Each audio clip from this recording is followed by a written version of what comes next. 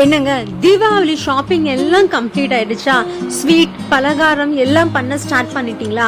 நானும் உங்க கூட சேர்ந்து ஸ்வீட் பண்ண ஆரம்பிச்சிட்டேன். அந்த ஸ்வீட் தான் உங்க கூட ஷேர் பண்ணிக்க போறேன்.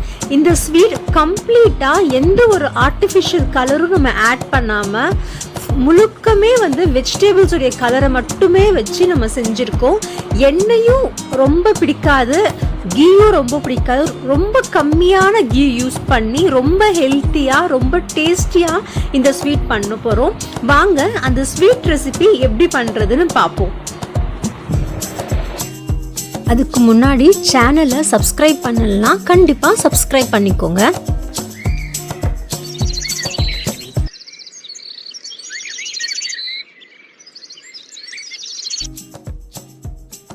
ஹாய் ஹலோ, எல்லோரும் எப்படி இருக்கீங்க? இன்றைக்கி நம்ம ரொம்ப சூப்பரான சிம்பிளான ஸ்வீட் ரெசிபி தான் பண்ண போகிறோம்.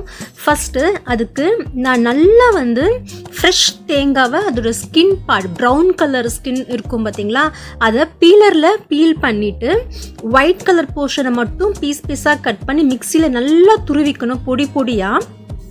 இப்போது நான் இதை என்ன இருக்குன்னா கோதுமை, இதுக்கு ஆக்சுவலி மெயின் இன்க்ரீடியண்ட் கோதுமை.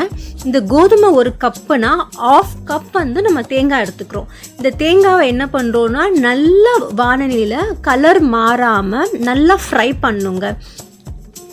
இப்போ பாருங்கள், இது 1 கப்பு கோதுமைனா நான் 1/2 கப் தேங்காய் எடுத்திருக்கேன். இது கலர் மாறக்கூடாது, மாறாமல் நல்லா ஃப்ரை ஆகணும். அது எப்படி இருக்குன்னா கன்சிஸ்டன்சி இந்த பிசு பிசு தன்மை எல்லாம் போய் உதிரி உதிரியாக இருக்கணும். அந்த மாதிரி கன்சிஸ்டன்சியில் நம்ம என்ன பண்ணுறோன்னா ஃப்ரை பண்ணிக்கணும். பாருங்கள், அப்படியே பொல பொலான்னு உதிரி உதிரியாக இருக்கணும். ஆனால் கலர் மட்டும் மாறவே கூடாது. இது தேங்காய் நமக்கு ஆட் பண்ணுறதுனால இந்த ஸ்வீட்டுக்கு இன்னுமே டேஸ்ட்டு எடுத்து கொடுக்கும். நல்லா ஃப்ரை பண்ணிக்கணும்.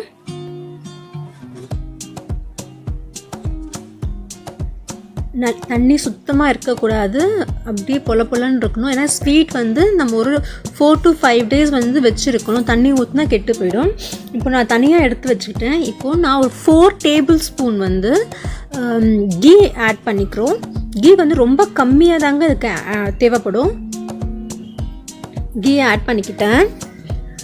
இப்போ இந்த கீ ஆட் பண்ணிவிட்டு இந்த 1 கப் கோதுமை மாவை நம்ம நல்லா வறுத்துக்கணுங்க.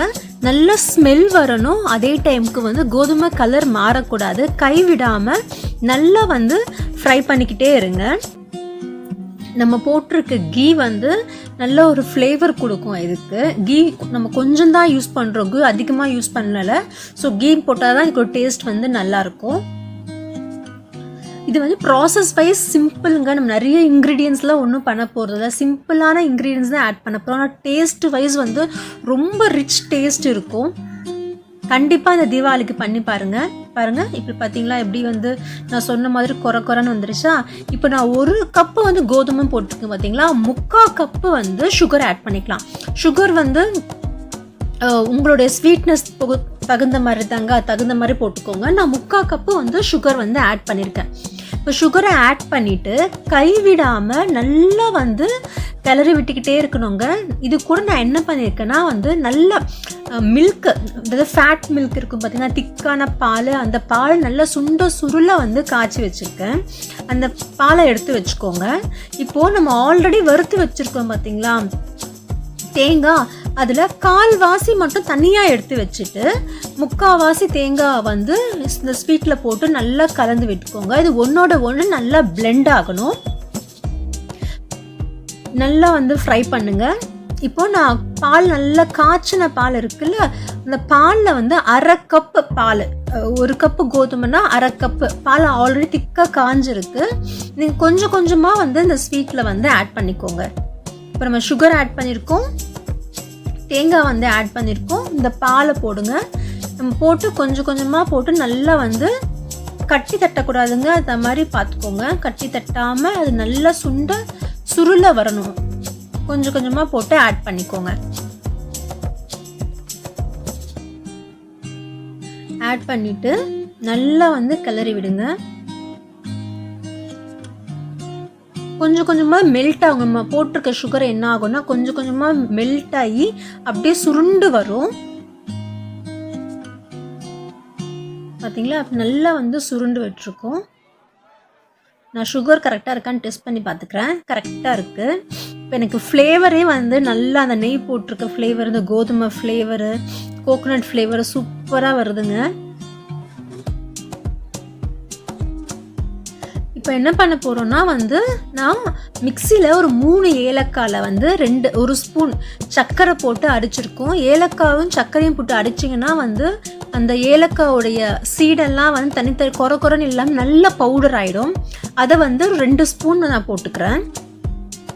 போட்டுட்டு அதுவும் வந்து இது ஃப்ளேவருக்காக நான் போடுறேங்க. நீங்கள் எதாவது எசன்ஸ் ஆட் பண்ணணும் அப்படின்னு விருப்பப்பட்டிங்கன்னா உங்களுக்கு பிடிச்ச மாதிரி எதாவது எசன்ஸும் ஆட் பண்ணிக்கலாம். நான் ஏலக்காய் ஃப்ளேவர் வந்து நல்லா இருக்கும்னு சொல்லிட்டு ஏலக்காய் ஃப்ளேவர் போட்டிருக்கேன்.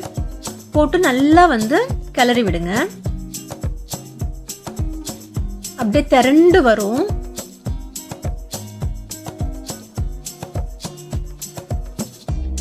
நம்ம விசேஷன் டைம்லலாம் வந்து ஏதாச்சும் ஃபங்க்ஷன் அந்த மாதிரி டைம்லலாம் வந்து ஸ்வீட் பண்ணுவோம் பார்த்தீங்களா, அதுக்கு பதிலாக இந்த ஸ்வீட் பண்ணிக்கலாம். இப்போ நான் பண்ணியிருக்க ரெசிப்பியை வந்து நான் 3 பார்ட்டாக பிரித்து, இது ஃபுட் கலருங்க. நான் வந்து இந்த ஃபுட் கலர் வெஜிடபிள்ஸோட வச்சு தான் பண்ணியிருக்கேன். இந்த food colour homemade food colour எப்படி பண்ணுறதுன்னு சொல்லிட்டு நான் டிஸ்கிரிப்ஷனில் கொடுக்குறேன். இப்போது நான் க்ரீன் கலர் வந்து ஆட் பண்ணிக்க போகிறேங்க. கண்டிப்பாக இந்த மாதிரி ஃபுட் கலர் எப்படி பண்ணுறதுன்னு நீங்கள் தெரிஞ்சுக்கணும். நம்ம ஆர்டிஃபிஷியலாக வந்து எந்த ஒரு கெமிக்கல் ஃபுட் கலரும் ஆட் பண்ண வேண்டிய அவசியம் இல்லைங்க. இந்த ஃபுட் கலர் நீங்கள் தெரிஞ்சு வச்சுக்கிட்டா அது எப்படி ப்ரிசர்வ் பண்ணி வைக்கணும்னு கூட நான் சொல்லியிருக்கேன். வீடியோவுடைய லிங்க் டிஸ்கிரிப்ஷனில் கொடுக்குறேன், கண்டிப்பாக பாருங்கள். இப்போது இந்த ஃபுட் கலரை நான் கொஞ்சம் தண்ணி ஊற்றிருக்கேன். இது fresh food colour, preservative fresh colour கிடையாது. நான் தண்ணி ஊற்றி அந்த ஃபுட் கலர் பேஸ்ட் எடுத்திருக்கேன். ஸோ அந்த தண்ணி வந்து சுருளணும். கொஞ்சம் சுண்டி சுருளின அப்புறம் ஒரு பாட்டு அந்த ஸ்வீட்டோட இதை வந்து போட்டு கலர் ஃபுல்லாக அதில் மிக்ஸ் ஆகிற மாதிரி பார்த்துக்கோங்க.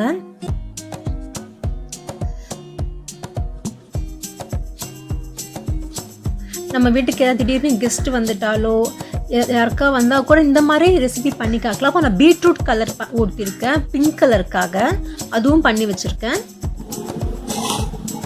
பாருங்க, இது வந்து பீட்ரூட் கலர், ஆக்சுவலி பிங்க் கலருக்கு நல்ல பீட்ரூட் பிங்க் கலர். இது கோதுமை கலர், பிஸ்தா கிரீன் கலர். பாருங்க எவ்வளோ க்ரீனிஷாக இருக்கு. இதில் நான் 2 டிஃப்ரெண்ட் ஷேப்பில் வந்து ஸ்வீட் பண்ண போகிறேன்.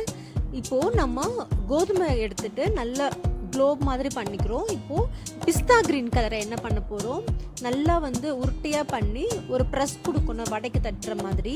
இப்போது நல்லா வந்து இப்படி ப்ரெஸ் பண்ணி விட்டிங்கன்னா அது ஸ்ப்ரெட் ஆகும். இது நடுவில் இந்த லட்டு மாதிரி வச்சுருக்கோம் இல்லையா, அதை வச்சுட்டு ரோல் பண்ணிக்க போகிறோம். இதே மாதிரி பீட்ரூட்டையும் பண்ணிக்க போகிறோம். இந்த பார்த்தீங்களா எப்படி பிங்க் கலரில் எப்படி சூப்பராக இருக்குது. பண்ணிவிட்டு நடுவில் வந்து நம்ம அந்த க்ரீன் பண்ணியிருக்கோம் பார்த்தீங்களா, அதையும் வச்சுக்கலாம். பண்ணிவிட்டு லட்டு மாதிரி ஷேப் பண்ணி வச்சுக்கோங்க. க்ளோஸ் பண்ணிடுங்க. இப்போ நம்ம இதே மாதிரி ஸ்வீட் வந்து நிறைய பண்ணிக்கிறோம். அப்புறம் இது ஒரு டைப் ஆஃப் ஷேப்பு. இன்னொரு ஷேப்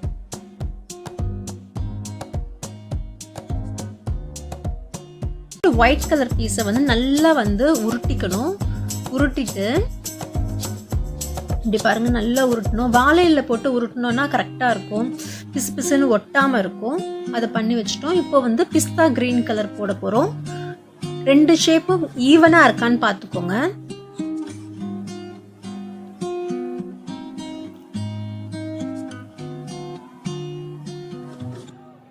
இப்படி பண்ணிட்டு நடுவில் அந்த ஒயிட் கலர் வச்சு ரோல் பண்ணுறோம்.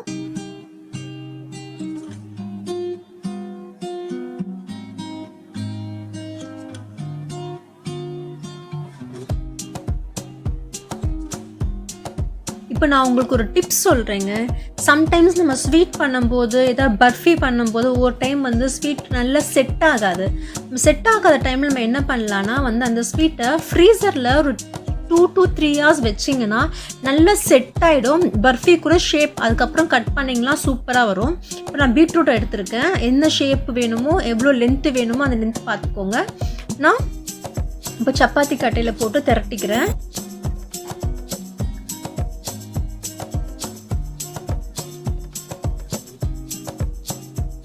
இப்போ நடுவில் வந்து பிஸ்தா கலர் இருக்குது பார்த்தீங்களா, அதையும் போட்டு நல்லா ரோல் பண்ணிக்கோங்க. ஈவனாக ரோல் பண்ண அப்புறம் நம்ம கொஞ்சம் டெக்கரேஷனுக்காக கோகோனட்டை ஃப்ரை பண்ண கோகோனட் எடுத்து வச்சுருக்கோம் பார்த்தீங்களா, அதை மேலே தூவி விட்டுக்கோங்க. நீங்கள் கோகோனட்டும் நீங்கள் ஸ்ப்ரெட் பண்ணிக்கலாம், இல்லை முந்திரி பிஸ்தா அந்த மாதிரி நட்ஸ் இருந்தாலும் அந்த நட்ஸும் ஸ்ப்ரெட் பண்ணிக்கலாம். ஸ்ப்ரெட் பண்ணி நல்லா ரோல் பண்ணி வச்சுக்கோங்க. அகைன் இந்த கலர் பார்க்குறதுக்கும் ரொம்ப அட்ராக்டிவாக இருக்கும், டேஸ்ட்டும் நிஜமாகவே ரொம்ப சூப்பராக இருக்குங்க. நீங்கள் கண்டிப்பாக ட்ரை பண்ணி பாருங்கள். இப்போது நம்ம என்ன பண்ணுறோம், பீஸ் போடுறோங்க. பாருங்கள், பீஸ் கட் பண்ணும்போது எவ்வளோ பியூட்டிஃபுல்லான கலர் உங்களுக்கு தெரியும். இப்போது நடுவில் ஒயிட்டு, சுற்றி க்ரீனு, அதுக்கப்புறம் பிங்க்கு. ஆனால் நம்ம ரொம்ப சிம்பிளான இன்க்ரீடியன்ஸை வச்சு பண்ணியிருக்கோம். ஆனால் டேஸ்ட்டு ரொம்ப ரிச்சான டேஸ்ட்டு, கலரும் பாருங்கள் ரொம்ப அட்ராக்டிவான கலராக இருக்குது. ஸோ இது நார்மலாக நம்ம வீட்டில் ஏதாவது விசேஷ காலங்கள் ஃபங்க்ஷன்ஸ்லாம் வைக்கும்போது ரொம்ப சிம்பிளாக டக்கு டக்குன்னு பண்ணோன்னா கேசரிஸ் தான் நிறைய பேர் வந்து ப்ரிஃபர் பண்ணுவாங்க, அல்வாஸ் ப்ரிஃபர் பண்ணுவாங்க. ஸோ நம்ம இந்த மாதிரி ஸ்வீட்ஸ் வந்து ரெடி பண்ணி கொடுக்கலாம். பார்க்குறதுக்கும் ரொம்ப நல்லாயிருக்கும், டேஸ்ட் வைஸும் சூப்பராக இருக்கும். பாருங்கள், நம்ம ஃபைனல் ஸ்வீட் வந்து ரெடி ஆகிடுச்சு. நான் பிஸ்தா, முந்திரி, அப்புறம் வந்து பாதாம் வச்சு டெக்கரேட் பண்ணியிருக்கேன். நீங்கள் எல்லோரும் இந்த தீபாவளியை இந்த ஸ்வீட் பண்ணி என்ஜாய் பண்ணுங்கள். உங்கள் ஃப்ரெண்ட்ஸ், ரிலேட்டிவ்ஸ் எல்லாருக்கும் ஷேர் பண்ணுங்கள். ஒன்ஸ் அகெயின் எல்லாருக்கும் ஹாப்பி தீபாவளி. இந்த வீடியோ பிடிச்சிருந்தா கண்டிப்பாக லைக் பண்ணுங்கள், ஷேர் பண்ணுங்கள், சப்ஸ்கிரைப் பண்ணுங்கள். உங்கள் ஃபீட்பேக்கை என்னுடைய கமெண்ட் பாக்ஸில் சொல்லுங்கள். Okay, happy Deepavali, enjoy your Deepavali. Bye, take care.